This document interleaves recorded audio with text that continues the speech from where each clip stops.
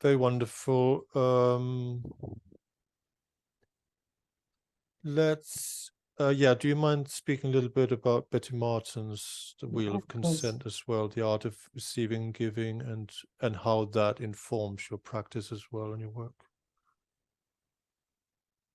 And then if we move on to Betty Martin's work, she created a whole a spectrum of work called the Wheel of Consent, which is basically how we receive and how we give touch.